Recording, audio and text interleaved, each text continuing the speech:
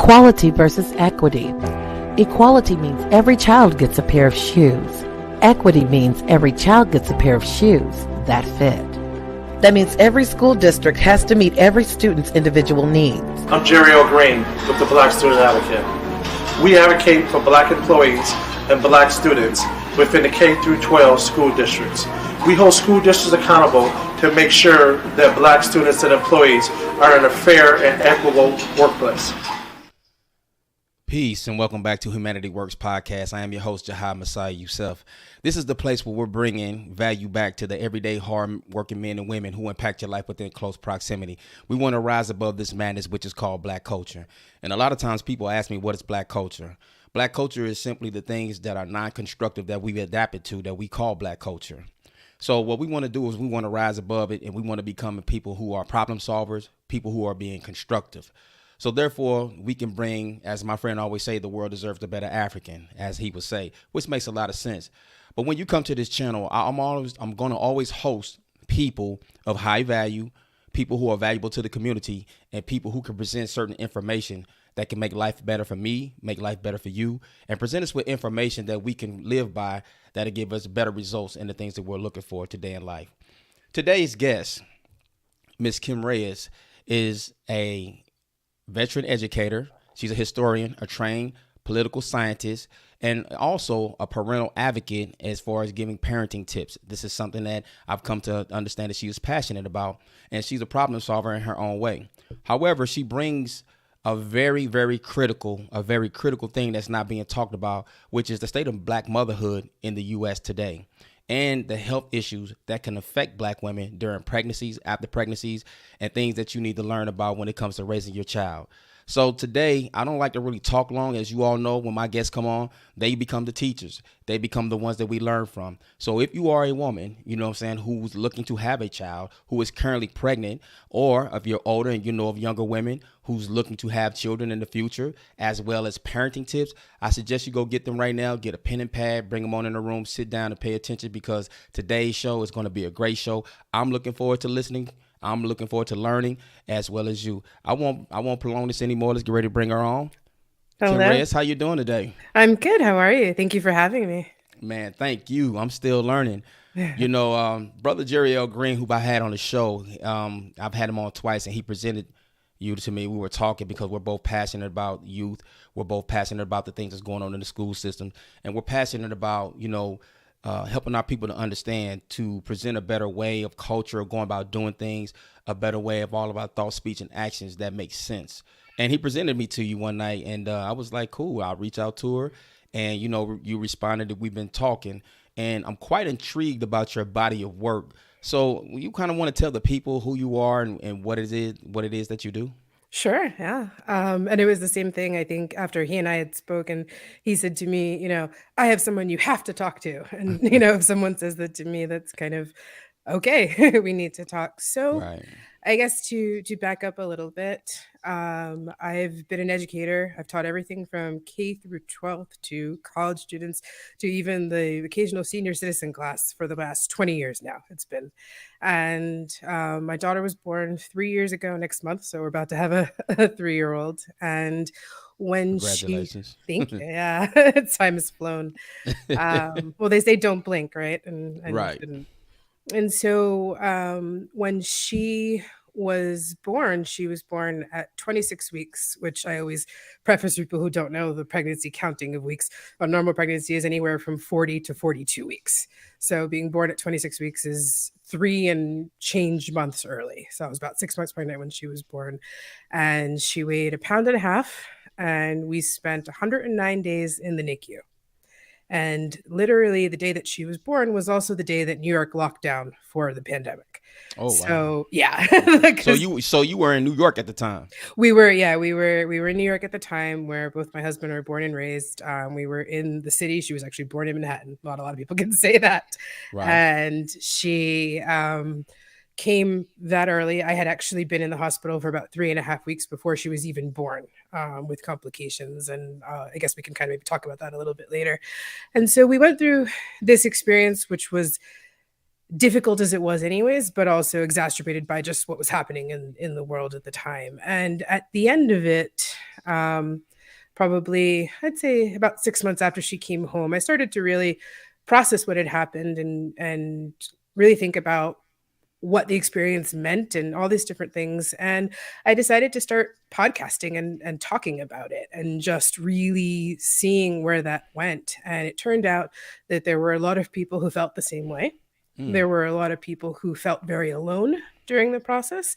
And so All the Unexpected was born originally as a podcast. And as it began to grow, the site has taken on a life of its own. And it now has articles and recipes and parenting tips. And we just released 2 documentaries talking about one about Black maternal health and the other about the history of Black motherhood.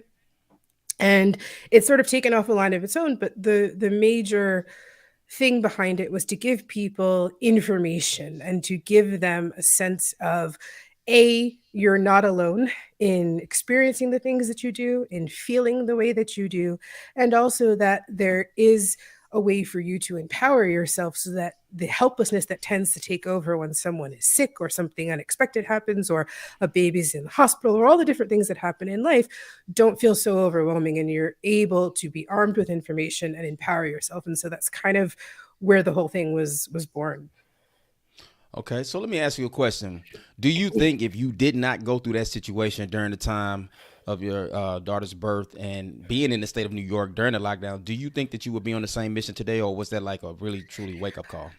I think there was 2 parts of it, because there was a lot of things even while I was pregnant and everything was still quote unquote normal and the pandemic hadn't happened, that I had already had some sort of run-ins with the medical community. I was actually fired by an OB. Yeah. Oh, wow. And so Really? yeah. So, people in positions of authority in many cases tend not to like themselves being questioned. And I think I see it as an educator. I've seen way too many teachers who approach teaching by saying, I know everything, and students are empty vessels. And I've always been someone to say, well, no, I've learned as much from every student I've ever taught as I have taught them. And doctors tend to have this same sort of, I call it a God complex, frankly, this idea of saying, well, we know everything because we were trained and because we did this. And, when you bring someone to study it, I'm saying, okay, well, I'm no expert, but I do have a relatively decent, reading level, and I'm reading this thing and it's telling me something different. So can we dialogue about why maybe I would make this choice or I wouldn't make this choice? And many doctors won't respond positively to that. And the woman basically said to me, well, if you're not going to follow my program, then you really need to find someone else for your care. And so that was a moment. Interestingly enough, because I often hear a lot about people talking about having a doctor that looks like you be the best way for you to being taken care of. And I'll tell you, this woman who actually did fire me was actually a Black physician. And so, like I'm not surprised. It's not always true, so I think you have to look at, and when I actually went on to find a midwife who was an older white woman, it was the first time in the entire pregnancy that I had felt cared for. And we went to go see her and everything was going well. And then all of a sudden at 23 weeks, my water broke. I went into the hospital and I could no longer have midwife and outside of hospital care. So it was a series of different events. But I think, I've always been one to question things. I've always been one to ask, why. My mom's probably watching right now laughing and nodding her face, And I think that the experience shaped probably the direction that my work took. But at the same time, I think I was sort of on that path anyways, was saying, well, can we do things differently? Can we, is this possible to make this choice and not that choice? And I think that's really sort of important for any experience with medicine and formalized medical care. Exactly. And it's funny you mentioned that, because I went through something similar in 2008 where I had a Black physician that misdiagnosed me and claimed that I had Graves' disease. So, I always have this saying for people who pretty much follow me or know what I stand on. I always say you never get attached to the color, you get attached to the result. And that's always been a thing that I used to preach for. Back in my younger years when I was a little bit more, younger, a little bit more radical per se. Yeah, everything was black on black. But then as I got older and I got wiser in my walk, I understood that it's really not about the love of somebody looking like you. It's about the value, because there are a lot of people out there of different ethnic stocks that really value just human people, just people as people, and really want to cherish them and get them the right results they want to be. That they want to receive. So let's talk about something that you spoke about momentarily that I want to get into. I had a question about, what is the NICU? So the NICU is the neonatal intensive care unit. And so when a baby is born, and it can be either what we call preterm, so before the time they're meant to be born, or even a full-term baby, so a baby that's not born early, has any sort of medical complication when they're born, they will spend some time in the NICU in order to prepare them for going home. Now, for some parents with a full-term baby, it could be that they didn't breathe well. It could be that, there was some sort of difficult birth. A series of things can happen. And so some people end up spending a night there, and some people like us end up spending 109 days, right? And so it's, oh, wow. Yeah, it really sort of depends on the experience. What was that experience about, if you really don't mind digging into that? No, not at all. So, I had actually had some complications in early pregnancy when I was probably about 9 weeks pregnant, and they put me on bed rest for a week, after which I was told everything was fine. Now, fast forward to me doing research later, that actually advice wasn't so fine. And had I actually been kept on bed rest, we might have seen a different result later on. So, yeah, that's one piece of it. But fast forward to 23 weeks, so about a little less than 6 months pregnant, my water actually broke, which anybody knows is a really not great thing that early in pregnancy. And that's called something, when that happens, that's called pre-prom, or premature rupture of the membranes, right? So when you have pre-prom, your water breaks well before the baby is meant to be born. So I went to the hospital, and basically that day that we went into the hospital, they said to me, well, if your daughter's born today, we can't do anything because it's too early. We won't save her. This is it. And, that news in itself sobers you. And so they said the best thing you could do is to try and stay pregnant as long as you can. And so this was our mission, to keep the baby in there. And so speaking about the pretty little girl I just seen on screen a few minutes ago. Who was born at 1.5 pounds and is now in the 98th percentile for height and weight. So, and she is so beautiful too. Oh, thank you. She's beautiful. Yes. Thank you. Yeah, and a handful. And so, it's crazy when we think back to that sometimes, and we look at her and we say, okay, like, here's how far we've come. And so I was actually able to hold on for 3.5 weeks before she was born. And so that period of time between when I first went into the hospital and she was born, we were able to bring her up to both the weight and the weeks of gestation she needed to be able to be taken care of when she was born. And so I was also a very crazy situation, because the morning that she was born, I hadn't felt well. They couldn't find her on the monitor. It was a series of different things. And they said, okay, well, let's just take you downstairs to the labor and delivery to see what's going on.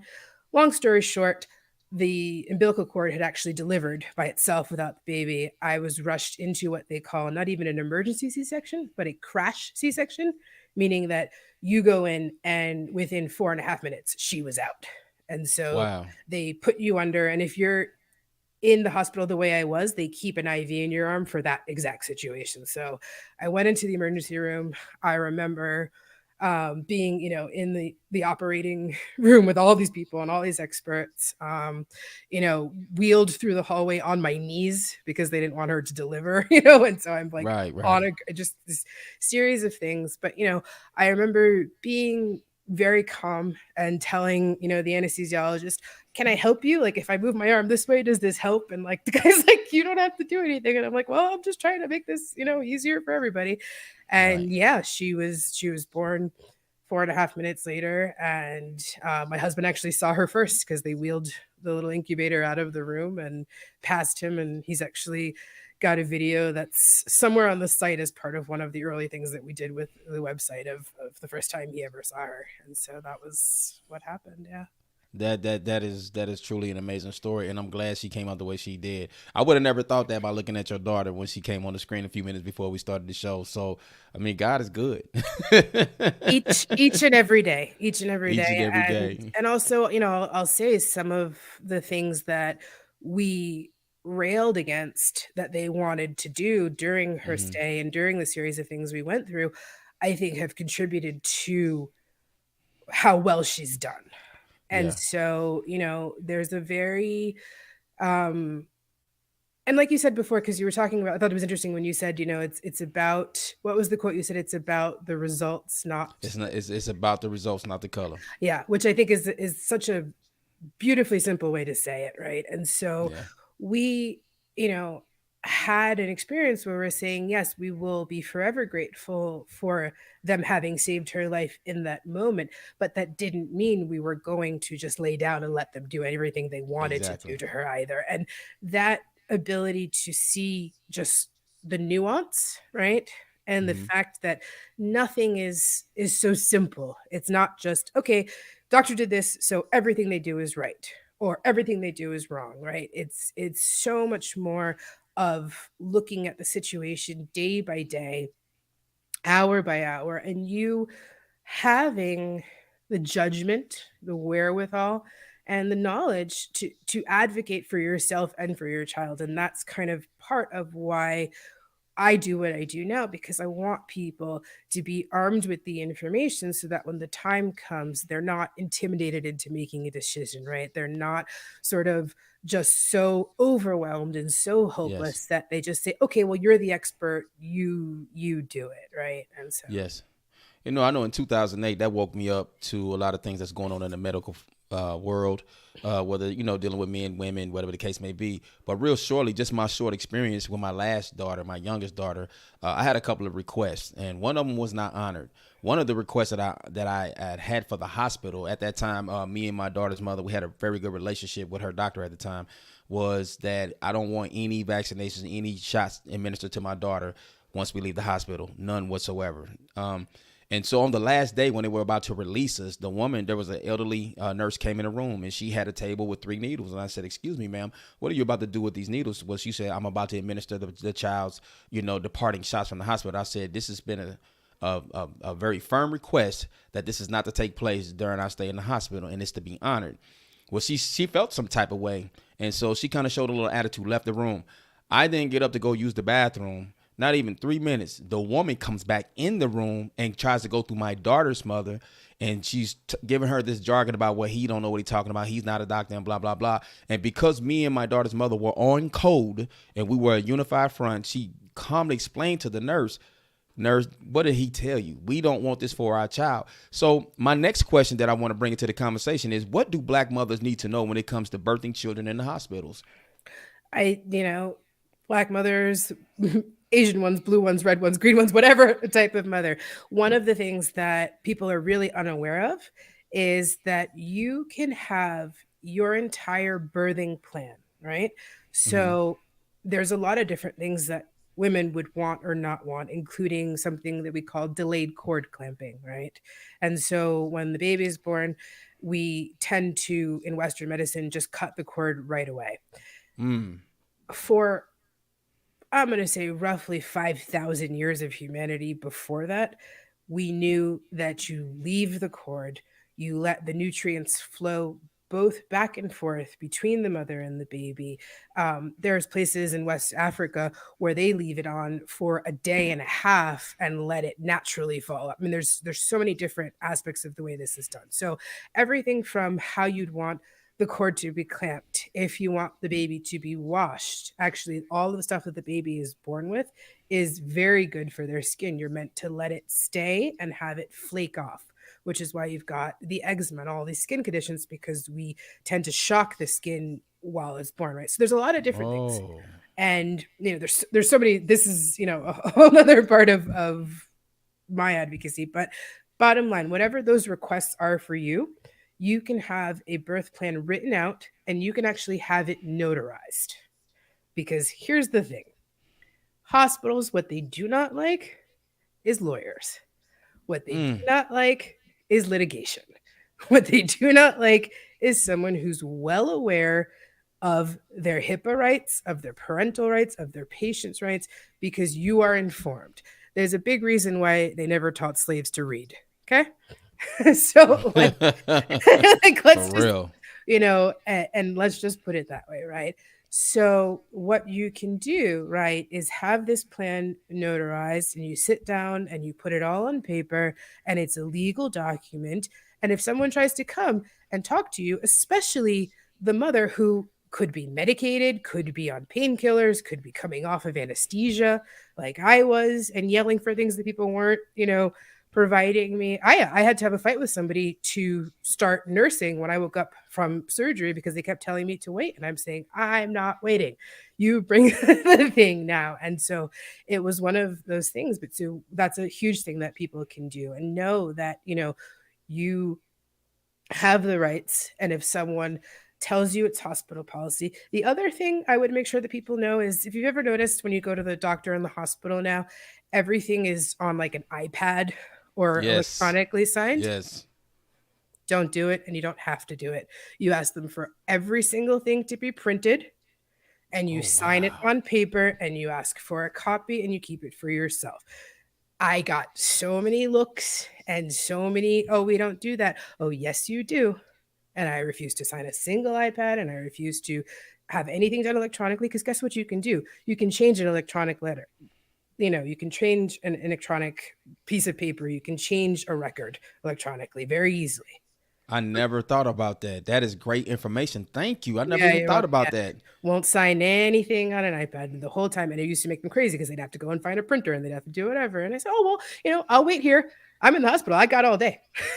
This is me not going anywhere. So, yeah. And I hope everybody heard that information, that if you see these iPads and these laptops, make sure they print out that document, because they can alter it electronically. And you don't sign it. You don't sign it electronically either. So you have them printed out because it still exists, right? I know some environmentalists are losing their mind about this right now, but you print out the piece of paper and you sign everything the old-fashioned way, so that you've got a record and they've got a record, and they're both on paper. And so you're walking around with your file that says, I agreed to this, or I didn't agree to it. Because if you really start to read the fine print, you're agreeing to course of treatment. You're agreeing to, if I'm incapacitated, you can do X, Y, and Z. Do you want someone with the ability to change what X, Y, and Z is because they can untick a button on a computer? Or do you want your family to have a written record? That's absolutely amazing. So let me ask you this. With the public becoming so health conscious, and everybody's moving towards herbal and holistic remedies, people are kind of catching on to this thing called Big Pharma. Do you see a time in the world of medical practitioner where they're going to have to pretty much shift and alter the way that they treat people, because people are becoming so much more smarter? Well, see, here's the funny thing. So if we're talking specifically about birth in the hospital, right? We're talking about this experience. Okay. We're looking at less than 100 years right now where we've been doing medicalized hospital births. It wasn't till the 1930s that a bunch of doctors came along, 99.9% of them white men, taking that out of the community that was traditionally Black women as midwives and doulas for centuries before that, and turning this into a medical procedure and a medical problem instead of a natural human occurrence, right? So first of all, framing it that way. So it's not like people say this is how it's always been done. Well, quite frankly, for literally almost the entire history of humanity, with the exception of the last 95 years, no, this is not how this has been done, right? So framing it that way and kind of taking away the power that people tend to say, well, this is how you have to do it. This is how it's always been done. This is how it's always will be. No, and this is the historian in me, right? This is the historian in me that tends to look at things from a historical perspective, from a, way of saying, well, is this really how something's always been done? And the answer, quite frankly, in this case is no. So there's nothing to say that this is what you have to do, right? There's nothing to say that this is how it has to be done, right? And so, this is I'm seeing a question across the screens. This is actually what I'm Yes. talking. Yeah. So Yeah, as a Black woman, it's safer to have our baby. This is by Alexis Herorius. I hope I said that right. As a Black woman, it's safer to have our babies at home or in a birthing center with a midwife unless it's an emergency. The mortality rate for us is exponentially higher in hospitals, and that's why you're on this show. You care to speak on that? certainly. So I mean, that's a statistic that everybody should really harp on, and that Mm-hmm. the maternal mortality rate for Black women in the United States of all socioeconomic classes and statuses is higher and on par with that of women in your average underdeveloped country. Why is that? There's a lot of different reasons, some of them historical, some of them current. So, not to self plug, but we talk about this in the first documentary that I did, and we look. Plug away, please. Yeah, so we to sort of plug backtrack, away.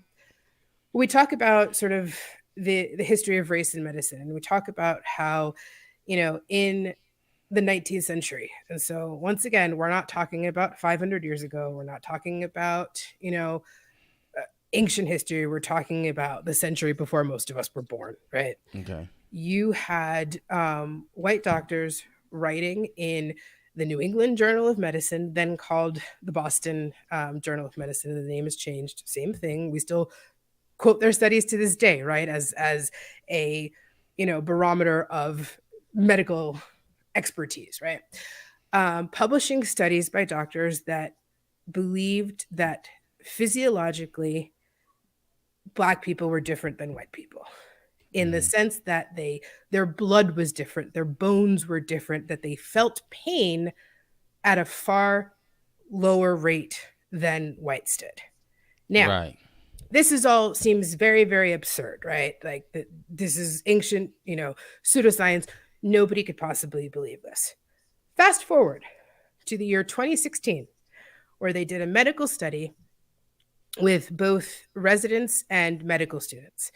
And they found out that there was still an implicit bias on the part of these doctors and students that believed that Black patients felt pain differently. So you arrive in a situation where not only is there an implicit bias, but actual certain diagnostic tests, especially those that have to do with cardiovascular and organ health, are skewed differently depending on the race of the patient. Meaning that what happens is you've got different treatments based on the way that someone looks. So that when a Black woman goes into the hospital and says, I don't feel right, or they've just given birth and they've got cramping, which can be a sign of blood clots, and they've got all these different things, they're not heard the same way. I've seen this in the ER so many times. I've seen it. Yeah. And it has both a social historical legacy, like we believe this for 100 years, we still believe this, but also the fact that the diagnostic tools themselves are skewed and don't treat patients the same way. The same thing with anything to do with skin abrasions. So you imagine when someone has internal bleeding, it's going to appear on the skin a certain way. The darker the person, the less likely it is to appear in the same way. And physicians are not being trained to actually be able to observe the same phenomenon on different skin tones. There's actually, I read an article recently, there's some medical students, an African medical student who is rewriting the diagnostic things so that people can make these sort of diagnoses on all different color skins. And here's this young kid being like, hi, we need to do this. I wish I had the exact information, but I'll find it and send it to you, because it's fascinating that people are finally addressing some of these things. But the bottom line is, yeah, you are talking about different care for a number of different reasons, some of which are historical and some of which are current and some of which are actually part of how medicine itself is practiced. I've heard Dr. Joy DeGruy. Yeah, I feel bad. Go ahead. We never answered her question. Okay. Go ahead. I feel bad. So long story short, I think everybody who is not in need of medical attention, sort of the way that I was, or the way that someone else with a very dire situation was, would be a lot better off birthing in an environment with a midwife, with a doula, at home, in a birthing center, in a place that's designed to treat this as a natural human occurrence and not some sort of medicalized emergency that needs to be tackled and dealt with. So that's my So doula and midwives for many women is definitely a must. most certainly. I mean, yeah, no, sorry. Well, no. I see a great movement. I actually know a few doulas who actually they do this for a living, and I just never understood the difference between a doula and a midwife. I don't know. I think the doula does the doula deal more with the biological aspect of a woman, and the midwife is there for mental comfort or psychological stability. What's the difference between the two? Just so we're clear, because I'm thinking they're one and the same. The doula, I think, serves more as a coach, an advocate, and aid to the mother, while midwives are traditionally the ones that are doing the actual delivery work. Got you. Right. So, I actually thought it was the other way around. Yeah. So the tradition, and one of the things that's really very unknown is that in the United States, the tradition of midwifery was one that was dominated by Black women. Really? Yeah. Oh yeah. Okay. So let's really just unpack it. So what you had was a situation in the 18th century, when we're first colonizing the country, right? And people are coming over from Europe. You had European trained midwives, right? And it was, a tradition that of all classes, everyone used a midwife. It wasn't, once again, birth wasn't medicalized until the 20th century. So it was something people did at home. It was something that 99.9% of the people who did were women, because there was an idea that maybe someone who's done this and gone through this might be better at helping someone else go through this, which, makes sense. And so midwifery was the way in which children of all classes and races were born. It's just how it was done, right? And it was an expert woman in your community. And so what happened was, when we start the transatlantic slave system and we start bringing Africans into the colonies, by the end of the 17th century, right?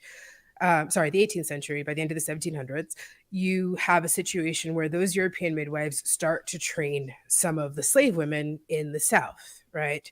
And so that as it dies off, and it was a purely economic thing, because once you had Black slaves trained to do this job, why would you pay the white lady down the road? Right. So it became a situation where, in the South especially, Black midwives became trained in their local, sort of plantation communities. And by the middle of the 1800s, by the middle of the 19th century, it was something that was a predominantly Black woman-centered trade. And they delivered not only the slave children, but also the master's children, right? And so it was a kind of dominant profession for them all the way through the beginning of the 20th century, when it starts to be medicalized. And there are really amazing historical records about how they are actually systematically pushed out of that trade and that system as it becomes something that white doctors take over from them, right? And so one of the, I think, amazing aspects of this new movement towards midwives and doulas is that there's nothing new about it. They are sort of rebirthing, all puns intended, and resurrecting a trade that, for a long time this country was predominantly theirs. And they're doing the work that their ancestors did, and bringing that safety, that community, that care all back again, to the women that they have always served, right? But the doulas, the midwives of today, they still do have to go through a process of certification, correct? Every state is different. Every state has very different. So this is, one of those things that we don't talk about in this country. Like, I could tell you what happens in New York, and someone who lives in Idaho could be like, well, we don't do that, right? So every state in the country has very different regulations with regards to what one needs to do to be a midwife. Some of them also have different requirements if that midwife has what they call hospital privileges, so they can come in and deliver in the hospital. So it's really vastly different actually from state to state with regards to what they have to do to be certified, how they can be certified, where they can practice, and I think one of the things that some of these new bills you see right now that are being introduced are trying to centralize some of that care so that you could have a situation where they might actually be covered by insurance. Because one of the problems now is because it is such an alternative thing, it becomes prohibitively expensive for a lot of women who would actually probably benefit from being able to have this care. Right. So something that you were saying earlier about the medicalization of birth pregnancies, but a lot of the pain, the historical things that Black women had to deal with pain-wise, we're talking in the aspect of birthing and their bodies. If this was a thing that was historically known based on what they look like and the skin tone or whatever, they thought that we would endure a lot of pain. And Dr. Joy DeGruy talks a lot about this. I think she talked about a doctor named Dr. Sims around that time and era that was famously known for torturing Black women when it came to procedures. But why does that still exist today in 2023? Okay, well, so once again, shameless plug. The first documentary that we did focuses on Sims and the work that he did. I seen the clip of that when it was sent to me. Exactly. So why we're still talking about this? So I actually, being the historian that I am, when I started doing the research for this film, went back and read J. Mariam Sims' own autobiography. And if you've got the time to sit down and read 300 pages, it is horrifying and illuminating and everything in between. And so essentially the situation that you had was there was a particular medical injury that occurred to a small percentage of women when they gave birth. And he took it upon himself to decide to figure out how to fix this. Now, his solution to doing that was to go down the street, take 3 women from his neighbor's plantation, who were by the names of Anarcha, Lucy, and Betsy. And we really should honor their names far more than we ever honor this man's name.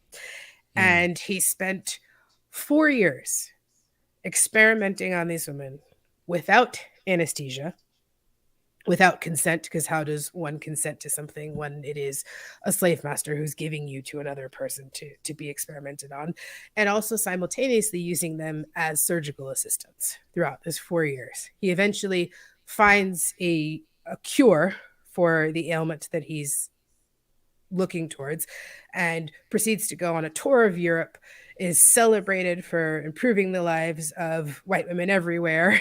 And this is the history.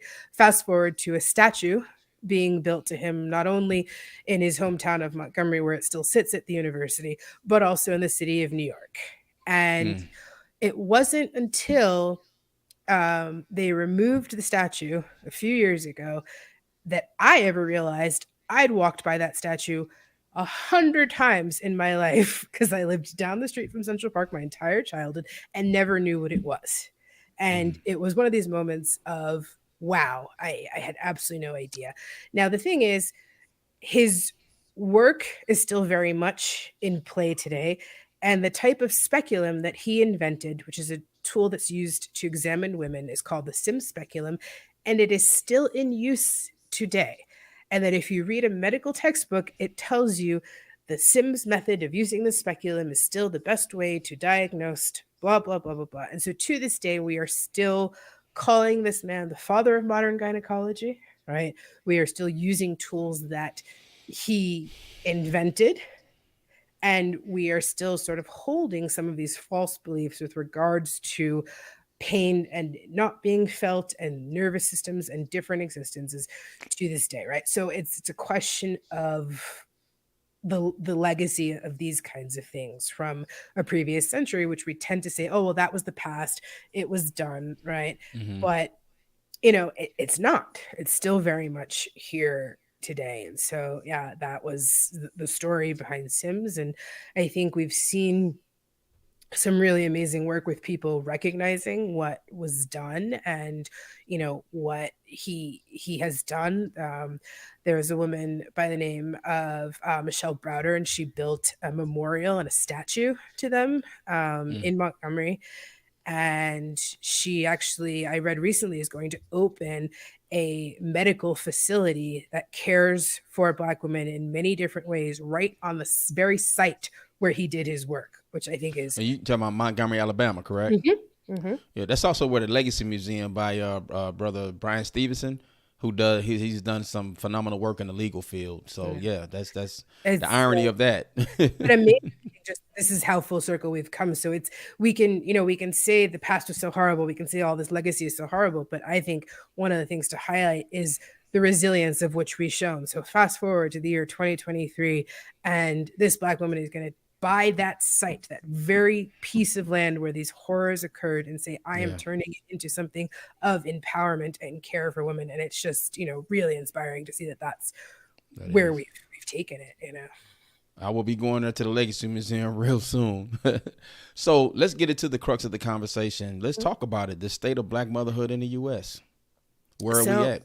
Yeah. I mean, we talked about it briefly before. We've got a level of maternal mortality that is, we say a Black woman is 4 times as likely as her white counterpart to die in childbirth. Why? Right? There's. I didn't even know that. Yeah, so that's the rough stat. So if you look at the graphs, right, that's kind of where you are. Now, the other piece of it too is how many more preterm or babies that are born early are very much overrepresented, in the sense that, so for the small percentage of the population that Black mothers are, right, the representation among infants that are born preterm is way too high and way too much more represented than the actual number of births, right?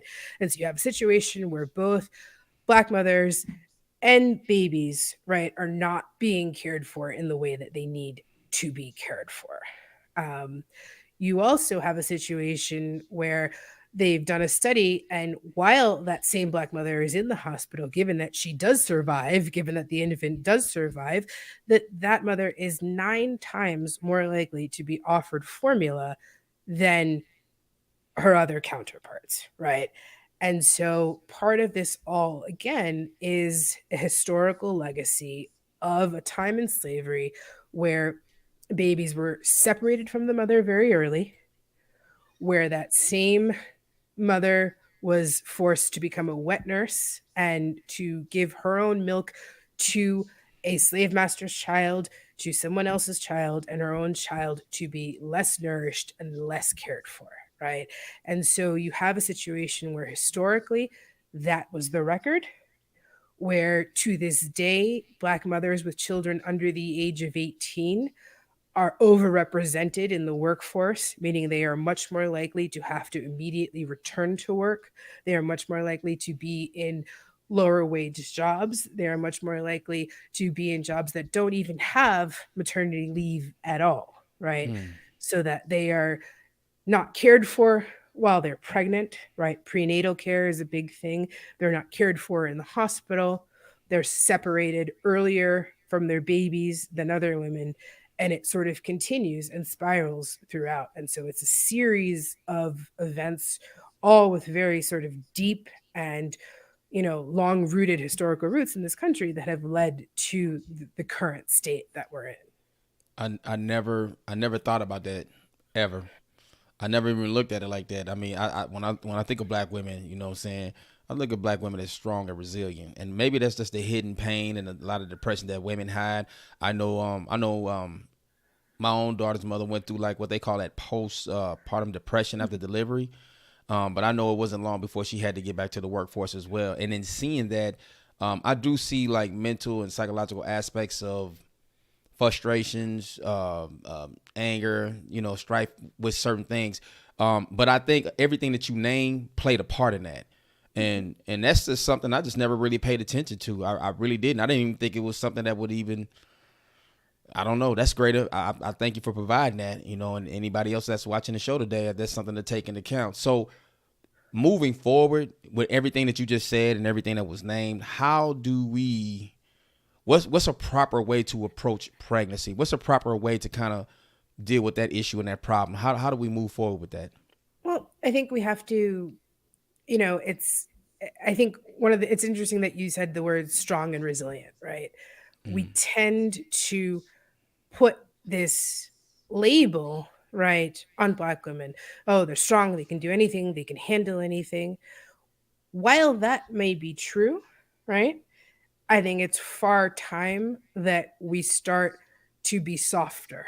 We start to be softer with ourselves, with our partners, right, with this entire experience, right? And so that if we allow for some vulnerability, we allow to say, guess what?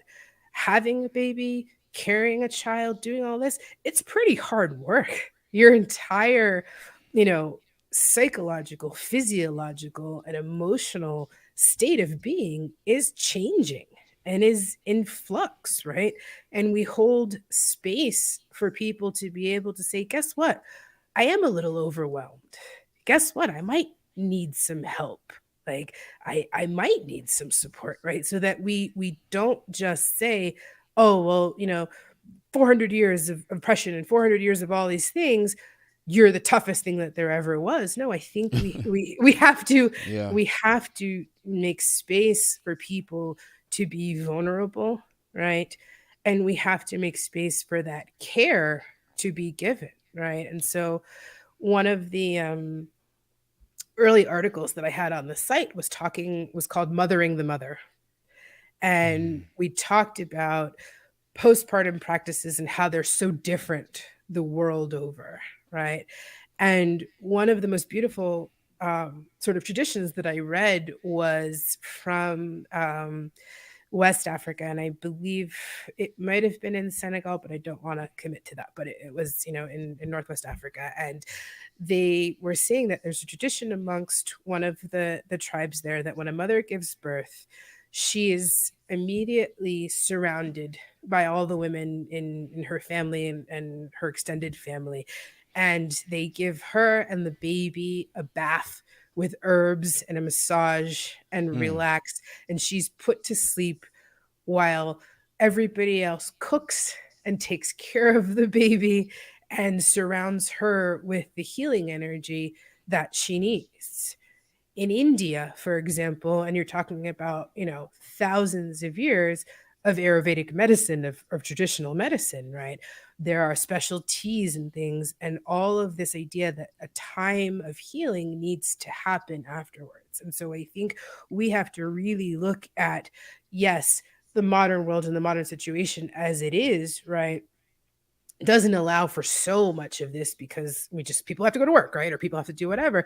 But if we look at ways that we can make small changes, whether it be, legislation that says, guess what? Every single person is actually entitled to this leave, right? Or it be, a hospital system that says, okay, as part of this postnatal care, you're going to get a nurse's visit 3 times like they do in Europe, by the way, so there's all of these things are actually possible because we see them other places in the world. We just in this country tend not to take care of mothers and tend to take even worse care of Black mothers, right? And so that's where I think we have to look forward, the small incremental changes that we can be made to just changing the way in which we actually care for mothers. What can men do to play their part to make life softer for the woman that's carrying their child? I remember, we used to have these classes. I know my first child was born in '93, so we used to go to I forgot what the name of those classes were, where you had to go to the class and learn how to massage the mother's belly. Oh, Lamaze. Yes, thank you. But I used to hate going. But anyway, what can men do as far as playing their part to make life just a little bit better and softer for a woman while she's going through this process? I think to maybe really understand, right? So it's, I find we're the ones who sit there reading the book, right? And saying, okay, in week 3, this is what's happening to me. In week 7, this is what's happening to me. But Yeah. we're kind of the only ones reading the book, right? We're kind of the only ones doing this work. I actually found a great one for my husband when I was pregnant. That was, this is the dad's guide to each week. And it was really great. It was a simple book. And it just said, you're going to be a dad. Week 12, she's making a circulatory system. So she's going to be really tired. Like, buying her this like fruit snack might be the best plan here. And so it had these little really like very practical tips, about what you could do from week to week. And I remember a very funny moment because there was a passage about it that said about taking a vacation, right? And a baby moon, they call it. So you take a small vacation before the baby was born. And, it was in whatever week it was for the dad's book. And my husband was reading it. We happened to be on vacation. My husband was reading it and he goes, "Oh no." And I go, "What?" He goes, "It says you should take her to a spa and not somewhere like Williamsburg." And here we were in Colonial Williamsburg. And the book was telling you, don't take her walking around as far as possible. And we had a good laugh about it because we said, "Oh no." The things you learn on the course. Exactly. And so I think it's making the effort to really understand the depth of change that a person's going through in creating life, and so you have so many of the jokes, "Oh, she's just hormonal because she's pregnant," or whatever. And it's like, yes, you're literally producing an entire another physiological system for somebody else. It might mess with yours a little bit, right? So it took me a while to get there because I know with the youngest baby, which kicked her mother's butt. Like, she was so big, I was like, you got to be having twins or triplets. But I just remember when she was going, it was really hard for her. And she was older, what they call the at-risk birth, for Black women in their mid-30s. And I could just remember when I get off from work, I'd be so tired. But because she couldn't sleep, she didn't want me to sleep. So I'd be laying there and she'll look over me I'd be like, "I'm up." It was crazy. But I mean, I saw what she had to go through. I had so much compassion. I was saying earlier, I had opened up a room on Fanbase and I was, inviting women in the room who might have wanted to ask questions. Actually, one of the young ladies that she popped in, Miss Ruby, was the one I was telling you about the early pregnancy. She went through some things, pregnancy, and she could put that up on the screen. I can't remember everything she said word for word, but on my first child, I was young and really didn't understand the birth process, but to see a whole human being come out the midsection of a woman did something to me.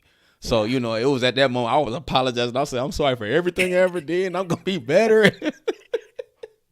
I was like, man, I was getting dizzy, but there's just something phenomenal about the woman's body to bring life. And my dad always taught me, like, when you're married and you get involved in relationships, you have to be patient with a woman when she's going through things with her body. But when we're talking about birth and actually presenting life, that is the most unique, phenomenal thing in life that I've come to realize that when I was younger, I just took it like, women get pregnant, have the baby, so what? But as I got older, I was like, no, it's a whole lot more to that process. So like I said, just to form a question, I just think if men, which is something I might have to start talking about a little bit more, men could play their role to give a woman a little bit more psychological ease and make life softer and better. Because like I said, you presented some good points on that show. That's one of them I never really considered until you just now mentioned it. So thank you. No, of course. And I think but that's why empathy is hard, right? Because you're saying, put yourself in someone else's shoes. Well, guess what? As a man, you can't do that.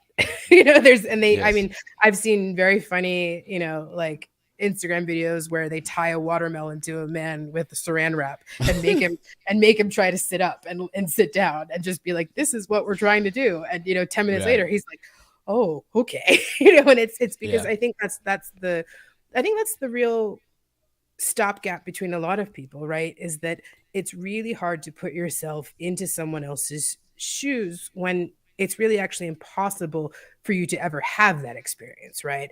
And so empathy becomes really hard because you can't say, "I know how you feel." I would avoid saying that to a pregnant woman as a man, right? This is probably not the best thing to say. But what you can say is, I can only imagine how life-changing it must be for your entire body, your entire existence, your emotions, your relationships, your sense of reality to be altered right now.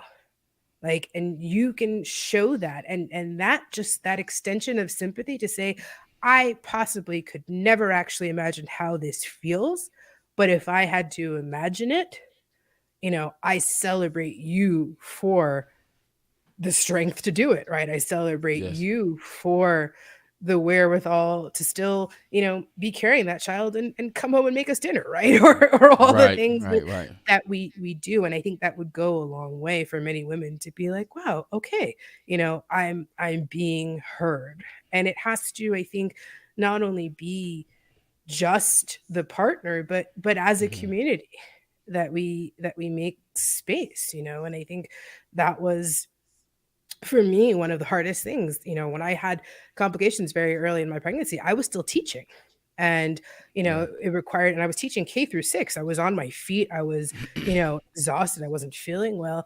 And when I said to the principal of my school, once again another Black woman, the doctor asked me to stay off my feet as much as possible, so if I could just do half of these duties and maybe not have this extra little bit at the end of the day, it might make Right. a big difference. Well, you're going to need a letter, and how do we know this is real? And the the response, right?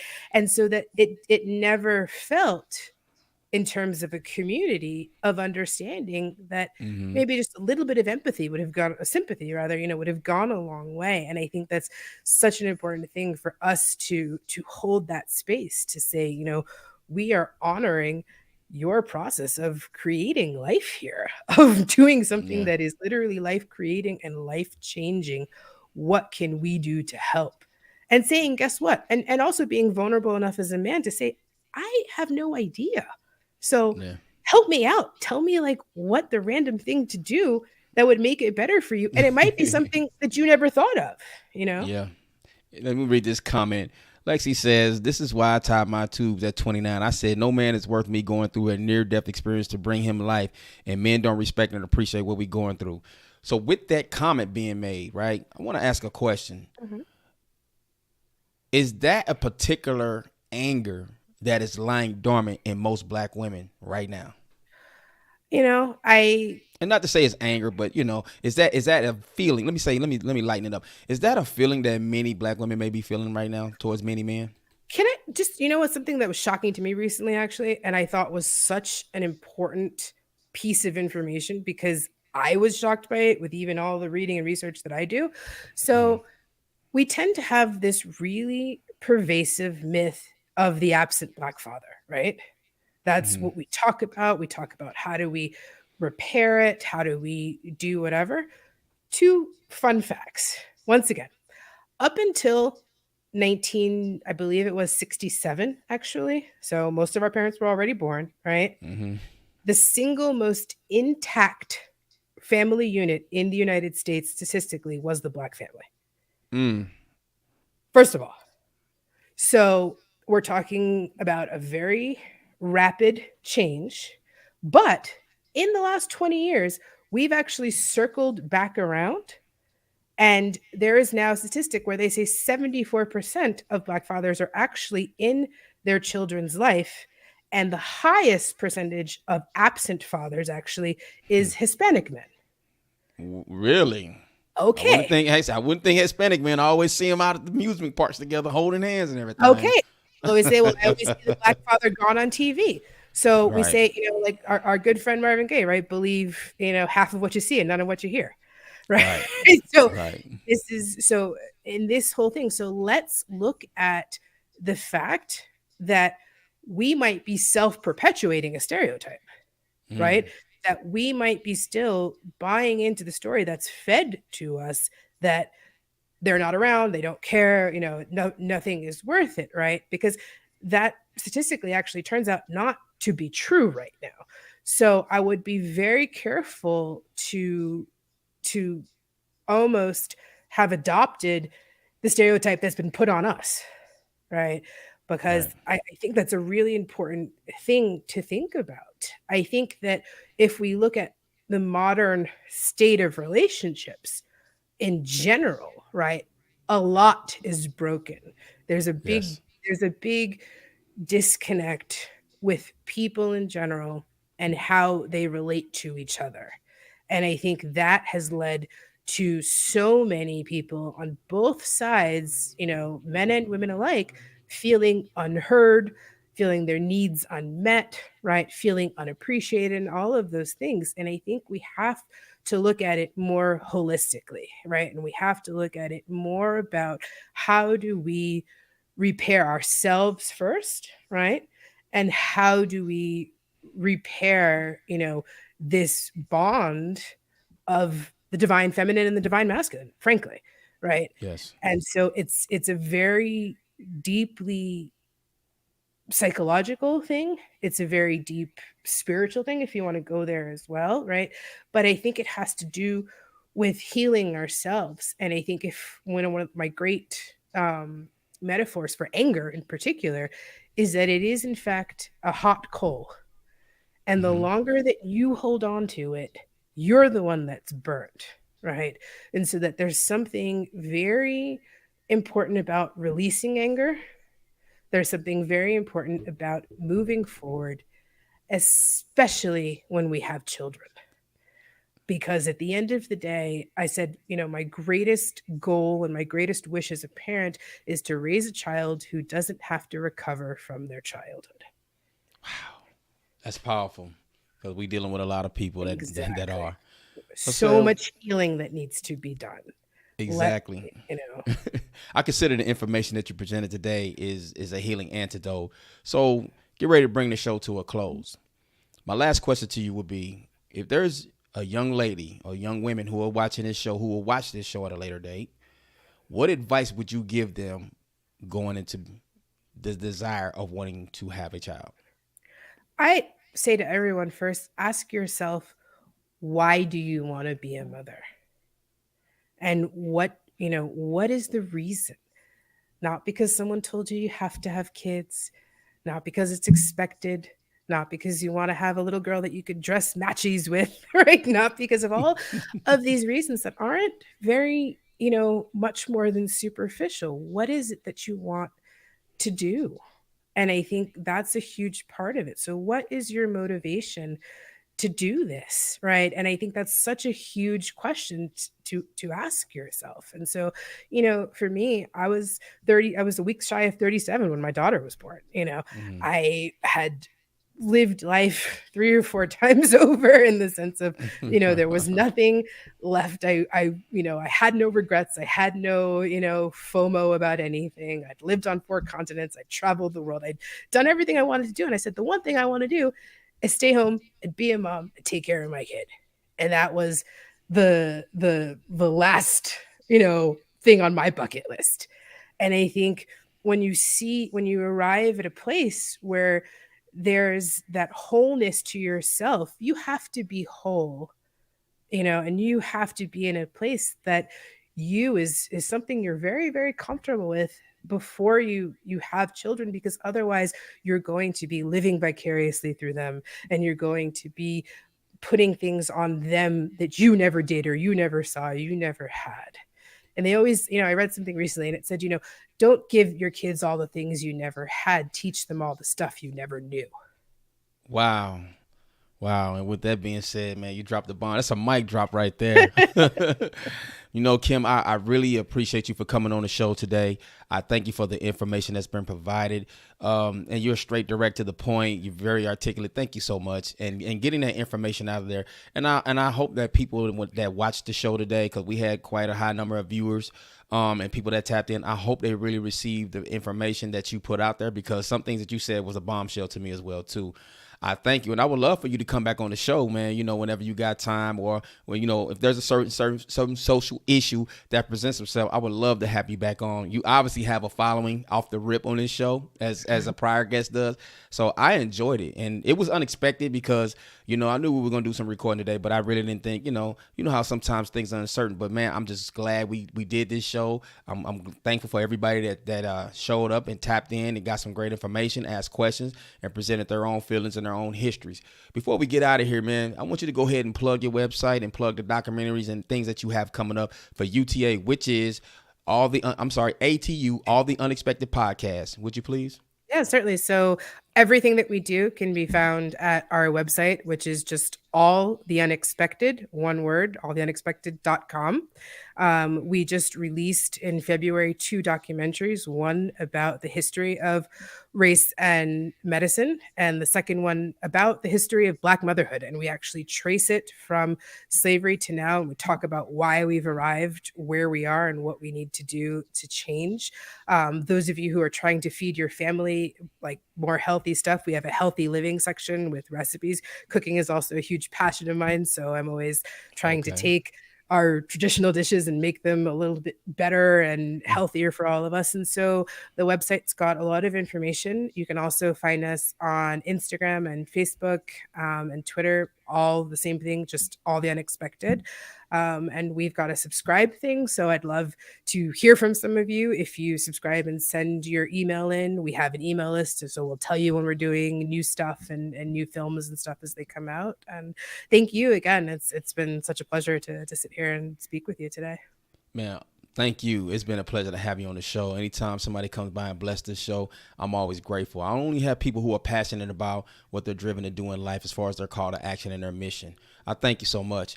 And I want to thank everybody that showed up today, man. As we say, this is the place where we're bringing value back to the everyday hardworking men and women who impact your life within close proximity. We want to rise above this madness called Black culture. And I suggest to you today that the people, when I say impact you with close proximity, I'm talking about your teachers, your firefighters, your local politicians that value the community, people who preserve your food, people who will come out and fix your plumbing, people who take care of your yard and landscaping, people who fix things on the house.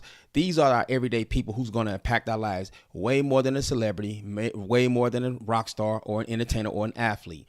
So I thank you, I value, and I love you. And as I always say, when man acts according to God's will, humanity's going to always work. See you next time. Appreciate you.